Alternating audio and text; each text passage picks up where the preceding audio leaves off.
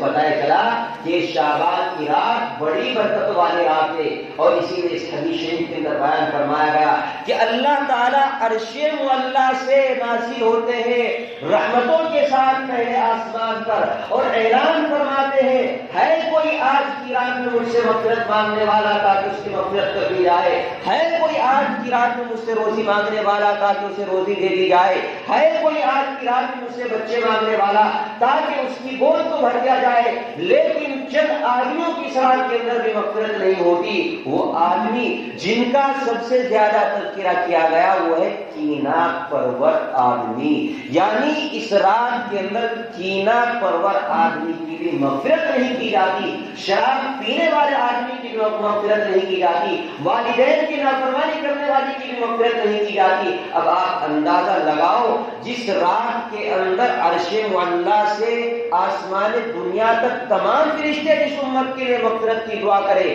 اور پھر اس امت کے آدمی شراب پینے والے ہوں، والدین کی نافرمانی کرنے والے ہوں اور کینہ پرور ہوں، ان کے بارے میں اللہ کے نبی بیان کرتے کہ ان کی مغفرت ہونے والی نہیں ہے، تو اس سے بڑی ہمارے لیے کوئی حماقت کی بات نہیں ہو سکتی۔ یہ شعبان کا مہینہ چل رہا ہے، آج سے آپ ارادہ کریں اگر کوئی والدین کی نافرمانی کرتا ہو وہ آج سے اپنے والدین کو منانے کی کوشش کرے، اگر کسی کے دل کے اندر کینہ ہو تاکہ اللہ تعالیٰ اس کی اس رات کے اندر مغفرت کر دے، آج سے وہ ارادہ کر لے کہ اللہ کے واسطے میں اپنے دل کے اندر سے کینے کو نکال کر اللہ کی محبت کو اپنے سینے کے اندر ڈالتا ہوں۔ ارادہ کرو، انشاءاللہ ارادہ کرنے پر بھی اللہ تبارک و تعالیٰ کی رحمتیں اس رات